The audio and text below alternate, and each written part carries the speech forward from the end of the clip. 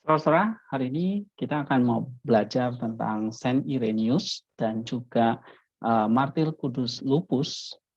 Saudara, ini adalah ikon dari Irenaeus, bagaimana kisah hidupnya, dan juga Martir Kudus Lupus. Kita akan simak video berikut atau artikel berikut. Kira Martir Kudus Irenaeus, dia adalah seorang martir yang luar biasa, berasal dari Lyon, Lyon atau dari Prancis, adalah uskup di sana, lahir pada tahun 130 di kota Smyrna di Asia Kecil.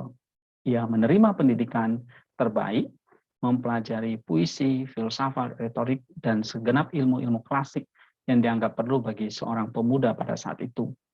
Penuntunnya dalam kebenaran iman Kristen adalah seorang murid Rasul Kudus yang bernama Yohanes, yaitu Polikarpus dari Smyrna, sehingga dia merupakan cucu rohani dari Rasul Yohanes atau Polikarpus menjadi bapak rohaninya. Polikarpus membaptisnya dan kemudian mentabisnya menjadi seorang imam dan mengutusnya di kota Galia yang pada saat itu bernama Lugdunum kepada uskup Photinus. Irenaeus dipercaya untuk mengantarkan surat para pengaku iman Kristus kepada uskup Roma Eleutherius. Saat kepergiannya, semua orang yang ketahuan sebagai orang-orang Kristen dipenjarakan. Setelah kemartiran uskup Photinus, Irenaeus dipilih setahun kemudian pada tahun 178 menjadi uskup kota Lugdunum atau Lyon. Pada masa itu, Gregory dari Tirus menulis mengenainya. Oleh khotbahnya, ia mengubah seluruh Lugdunum menjadi kota Kristen. Ketika aniaya oleh para kaisar Romawi, Irenaeus mengajarkan pengajaran imam dalam salah satu tulisannya mendasar dengan nama mengenali dan membantah apa yang diakui sebagai gnosis, atau secara singkat 5 kitab terhadap bidat, yaitu terhadap bidat-bidat gnostik.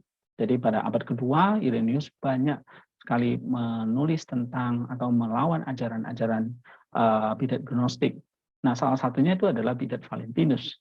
Irenaeus menyatakan pengajaran ortodoks akan keselamatan, Sang Firman Allah, Yesus Kristus, melalui keberkatan tak terungkap telah menjanjikan bahwa kita juga boleh dijadikan serupa dengannya, dan bahwa Yesus Kristus melalui kasih yang maha besar bagi ciptaannya, rela lahir dari seorang dara atau perawan, dan melalui dirinya sendiri menyatukan umat manusia dengan Allah. Dalam membantah seorang pembidat lainnya, yaitu Marcion, yang menyangkal asal ilahi perjanjian lama, Irenaeus menyatakan pengajaran sumber yang sama akan perjanjian lama dan perjanjian baru, yaitu roh Allah yang satu dan sama, yang melaluinya nabi-nabi memaklumkan kedatangan Tuhan. Melalui para rasul, roh berkhotbah bahwa kepenuhan waktu peranakan telah datang dan kerajaan surga telah dekat. Kebenaran pengajaran gereja didasarkan oleh Irenaeus dalam penerusan rasuli keuskupan, sebab gereja lebih utama sejak awal dari semua para pembidat yang kemudian barang siapa yang hendak mengetahui kebenaran seharusnya berpaling kepada gereja, sebab melaluinya saja para rasul mengajarkan kebenaran ilahi. Dialah gerbang kehidupan. Irenaeus juga berpengaruh dalam pembantahan terhadap mengenai perayaan Paskah Kudus. Di gereja Asia Kecil ada tradisi purba untuk merayakan Paskah Kudus pada hari ke-14 bulan Nisan, tanpa mempedulikan pada hari apakah ini terjadi. Victor, uskup Roma, dengan keras menuntut kesamaan, dan tuntutan-tuntutan yang keras telah menyebabkan skisma. Dalam nama orang-orang Kristen Galia, Irenaeus menulis kepada uskup Victor bahwa tidaklah mungkin mengizinkan skisma, sebab tradisi-tradisi, namun terutama dari segala hal adalah perlu untuk menghargai damai gerejawi. Pada masa pemerintahan Kaisar Severius, Irenaeus dipenggal dengan pedang oleh pengakuan imannya pada tahun 202. Nah, ini kisah hidup Irenaeus yang banyak mengajarkan tentang ortodoksi di saat itu, menantang para pembidat dari gnostik seperti Valentinus, Marcion, dan sebagainya. Dan sekarang lihat, ini adalah Martir Kudus Lupus, dan ini adalah ikonnya. Nah, saudara-saudara, Lupus ini adalah pelayan dari Saint Demetrius, sang komandan dari kota Tesalonika. Ketika Kaisar Maximianus memenggal kepala Saint Demetrius, Lupus mencelupkan ujung pakaiannya dan cincinnya ke dalam darah sang martir. Dengan pakaian dan cincin ini, Lupus melakukan banyak mukjizat di Tesalonika, menyembuhkan orang dari setiap sakit dan kelemahan. Kaisar Maximianus yang saat itu masih tinggal di Tesalonika mengetahui hal ini dan memerintahkan agar Lupus disiksa dan dibunuh. Namun para prajurit yang mengangkat senjata melawan Lupus berbalik melawan satu sama lain dan melukai diri mereka sendiri. Karena dia belum dibaptis, meskipun dia adalah seorang Kristen, Saint Lupus berdoa kepada Tuhan bahwa dia entah bagaimana akan merencanakan baptisannya sebelum kematiannya.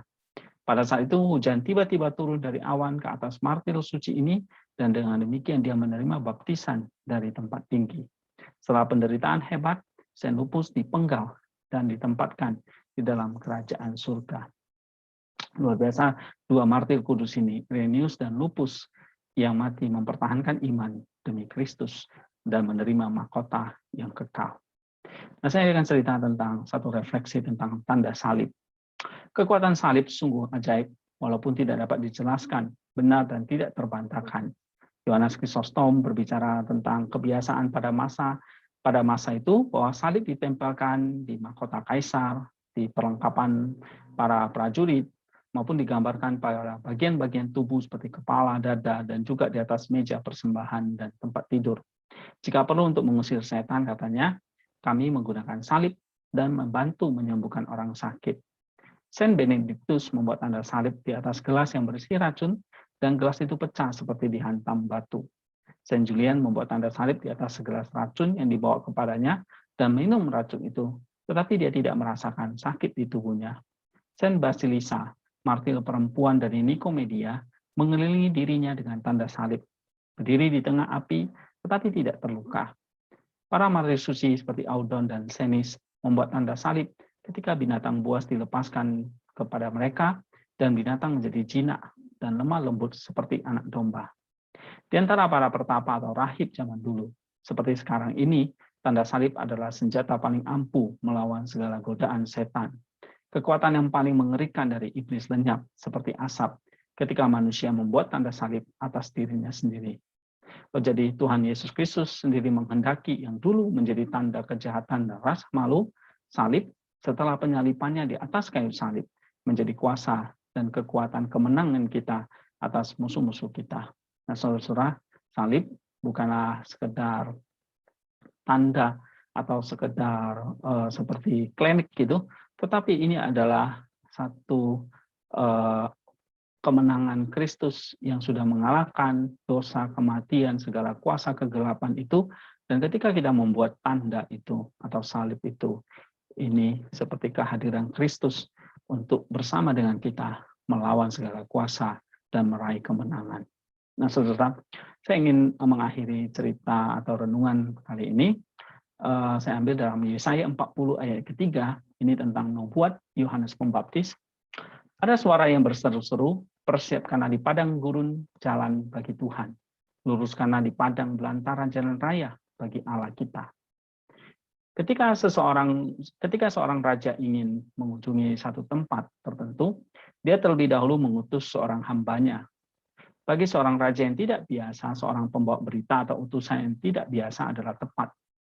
Pemberita Kristus Raja di padang gurun adalah Musa. Di Yerusalem, para nabi. Di Nazaret, malaikat agung. Di Bethlehem, orang Majus dari timur. Dan di Yordan ada Nabi Yohanes Pembaptis. Tidak ada satu raja pun dalam sejarah umat manusia yang memiliki pembawa berita atau utusan seperti itu. Yohanes Pembaptis juga tidak biasa dan istimewa seperti para pemberita Kristus lainnya. Dia adalah suara yang berseru di dua padang gurun, di padang belantara Yordan dan di belantara manusia. Sama seperti padang gurun Yordan yang tidak berbuah dan kering, demikian pula padang gurun roh manusia, tidak berbuah dan kering. Yohanes tidak mampu membuat padang belantara manusia menjadi hijau dan subur, tetapi dia membersihkan dan membajaknya, dan dengan cara itu mempersiapkan bumi dan meratakannya untuk penabur agung yang dengan kedatangannya membawa serta benih dan hujan untuk menabur benih pengetahuan dan hujan rahmat dari tempat tinggi untuk membuatnya menjadi hijau dan berbuah. Melalui pertobatan, Yohanes mempersiapkan jalan dan dengan baptisan air membuat jalan lurus. Jalan inilah jiwa manusia. Dengan pertobatan, jiwa manusia dipersiapkan untuk menerima benih Kristus dan dengan baptisan dalam air untuk mengubur benih itu jauh di dalam hati mereka. Yang sombong dan yang hina Ketika mereka ditenggelamkan telanjang di dalam air, semuanya menjadi satu, sama dalam kehampaan mereka di hadapan keagungan Kristus, Juru Selamat.